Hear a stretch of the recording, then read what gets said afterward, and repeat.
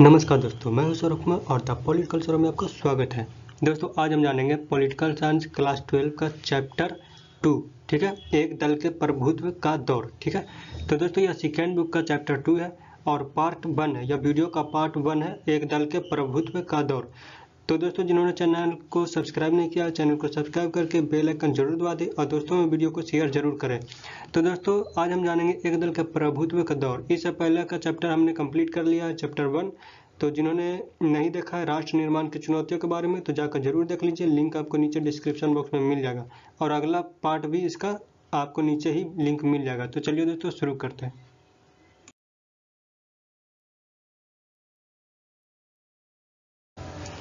तो दोस्तों लोकतंत्र स्थापित करने की चुनौती, अगला पॉइंट आपका इस किताब का पहला पॉइंट यही है, लोकतंत्र स्थापित करने की चुनौती। ठीक है, लेकिन दोस्तों लोकतंत्र को स्थापित करने की चुनौती आखिर क्यों हुई, क्यों अगर इसको जो है लोकतंत्र है उसको कठिन हुई, उसको लागू करने के लिए क्यों इतना सोचना पड़ा? क्योंकि हमारे नेताओं ने तो तय कर रखा था कि हम जब आज़ाद होंगे, जब देश भारत आज़ाद होगा तो लोकतंत्र का शासन ही यहाँ चलेगा। ठीक है, तो लोकतंत्र स्थापित करने की चुनौती हमारे सामने क्यों आई? तो दोस्तों जिस समय हमारा देश भारत आज़ाद हुआ था, ठीक है, उसी समय दुनिया में और भी कई सारे देश आज़ाद हुए थे। ठीक है, किससे? उपनिवेशवाद से। ठीक है, उपनिवेशवाद के चंगुल से आज़ाद हुए थे दुनिया के कई और देश। ठीक है, उसी समय जिस समय हमारा देश भारत आज़ाद हुआ था। तो दोस्तों उन देशों ने, जो देश अलग अलग आज़ाद हुए थे, उन्होंने डायरेक्ट लोकतंत्र को नहीं अपनाया। उन्होंने क्या किया? अलोकतांत्रिक शासन अपनाया, जैसे सेना का शासन, एक दल के प्रभुत्व का शासन, कहीं थोड़ा थोड़ा लोकतंत्र था, कहीं कम्युनिस्ट पार्टी था का शासन था। ठीक है, उन्होंने अलग अलग, कहीं समाजवादी शासन चला, तो अलग अलग शासन व्यवस्था को उन्होंने अपनाया। क्योंकि दोस्तों उनका कहना था, उनका चुनौतियाँ क्या थी? उनको भी वही चुनौतियाँ थी दोस्तों जो चुनौतियाँ भारत के सामने थी। ठीक है, जो चुनौतियों से भारत को गुजरना पड़ा वही चुनौतियां उनके सामने भी थी। देश को एकता के सूत्र में बांधने की, विभिन्नता की, और भी कई सारी चुनौतियां थी जैसे ही भारत की थी। ठीक है, तो भारत जैसे ही उनको पास भी चुनौतियां थी, लेकिन उन्होंने दोस्तों इन चुनौतियों से वो घबरा गए, डर गए। उनका मानना था कि जो है, जो चुनौतियां हैं वो लोकतंत्र उससे नहीं निपट सकता, उनका यह कहना था। ठीक है, लोकतंत्र उससे नहीं निपट सकता है, वह लोकतंत्र को अपनाने से संघर्ष और मतभेद हो सकते हैं, उनका यह कहना था। ठीक है, लोकतंत्र अपनाने से संघर्ष और मतभेद हो सकते हैं, दंगे हो सकते हैं, उनका यह कहना था। तो ऐसी परिस्थिति में दोस्तों उन्होंने जो उनको समझ में आया वो शासन उन्होंने अपना लिया। जैसे कहीं डायरेक्ट सेना का शासन अपना लिया, कहीं एक दल का प्रभुत्व का शासन अपना लिया, कहीं थोड़ा थोड़ा लोकतंत्र चला, कहीं एक ही पार्टी का गवर्नेंस रहा। ठीक है, तो ऐसा उन्होंने अपना लिया। उनका यह भी करना था कि हम बाद में भविष्य में इसको बदल देंगे और लोकतंत्र को अपना लेंगे। ठीक है, उनका यह करना था। लेकिन दोस्तों वहीं भारत जो है वह डरा नहीं, उसका जो गोल था वह क्लियर था कि जब हम आज़ाद होंगे तो हम लोकतांत्रिक शासन से देश को चलाएंगे। ठीक है, भारत एक लोकतांत्रिक देश होगा। दोस्तों भारत के जो नेता थे वह राजनीति को समस्या के समाधान के रूप में देखते थे। ठीक है, समस्या के समाधान के रूप में देखते थे।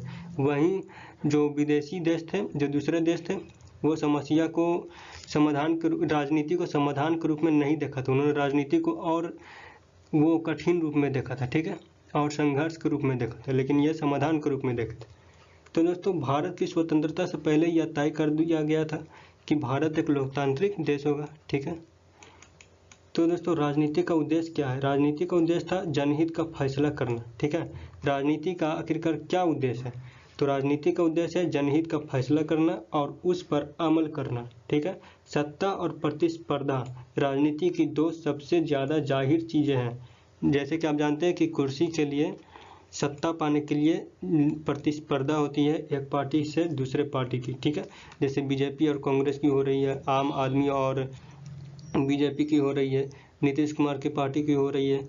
ठीक है, जेडीयू हो रही है, जेडीयू की हो रही है, राजद की हो रही है। तो आपस में सभी पार्टियों का एक प्रतिस्पर्धा चलता है, जो बढ़िया काम करेगा उसको जनता वोट करेगी। तो एक तरह से यह प्रतिस्पर्धा का भी काम करती है सत्ता पाने के लिए। ठीक है, तो ऐसे में क्या होता है कि एक पार्टी को दूसरे पार्टी से अच्छा काम करना पड़ता है। तो दोस्तों हमारे नेताओं ने लोकतंत्र को ही चुना था। तो दोस्तों अगला पॉइंट है चुनाव की प्रक्रिया। ठीक है, हमने यह देख लिया कि चुनाव लोकतांत्रिक सरकार के द्वारा कराई जाएगी और उसी के साथ हमारा देश लोकतांत्रिक होगा, यानी लोकतंत्र के द्वारा ही हमारा देश चलेगा। तो दोस्तों संविधान कब बना था दोस्तों? 26 नवंबर 1949, याद रखिएगा 26 नवंबर 1949 को हमारा संविधान जो है 1949 को हमारा संविधान जो है वह बनकर तैयार हो गया था। ठीक है, लेकिन दोस्तों यह लागू हुआ था 26 जनवरी 1950 को। 26 जनवरी 1950 को हमारा संविधान लागू हुआ था।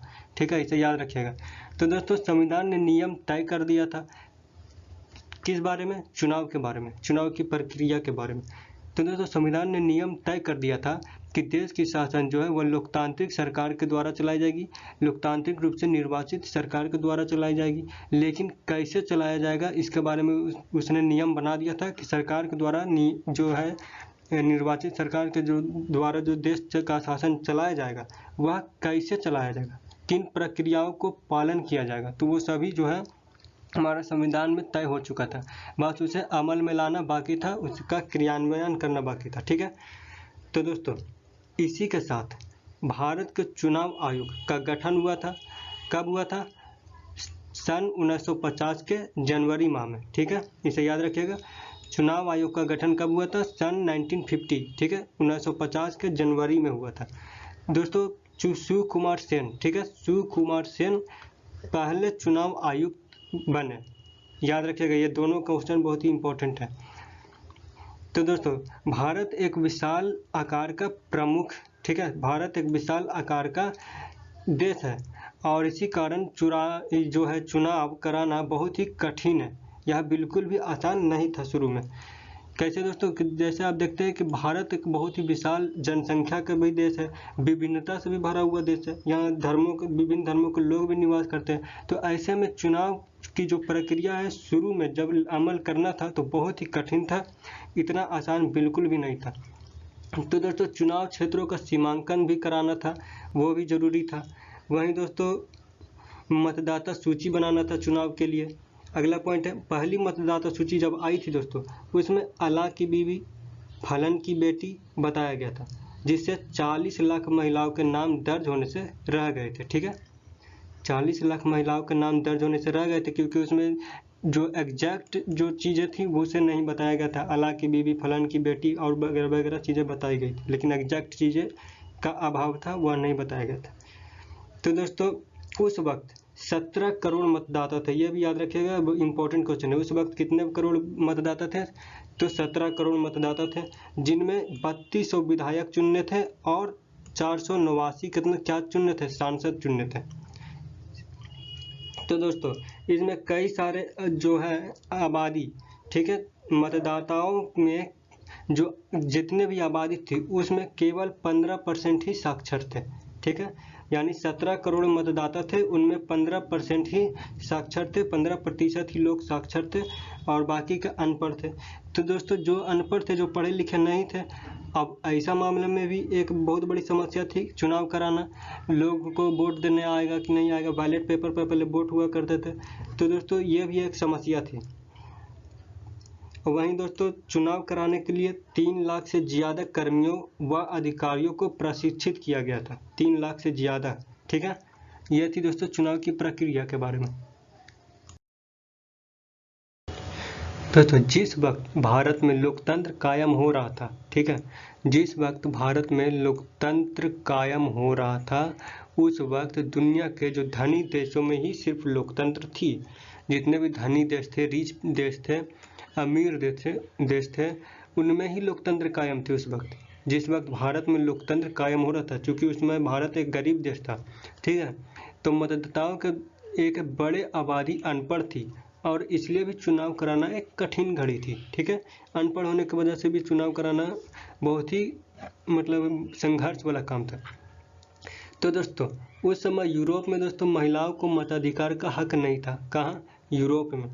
उस समय यूरोप में महिलाओं को मताधिकार का हक नहीं था, वह वोट नहीं दे सकती थी महिलाएं लोग। ठीक है, कहाँ? यूरोप में। याद रखिएगा, ये क्वेश्चन आएंगे आपके एग्जाम में, आ सकते हैं। लेकिन दोस्तों भारत में सार्वभौम मताधिकार पर काम चल रहा था।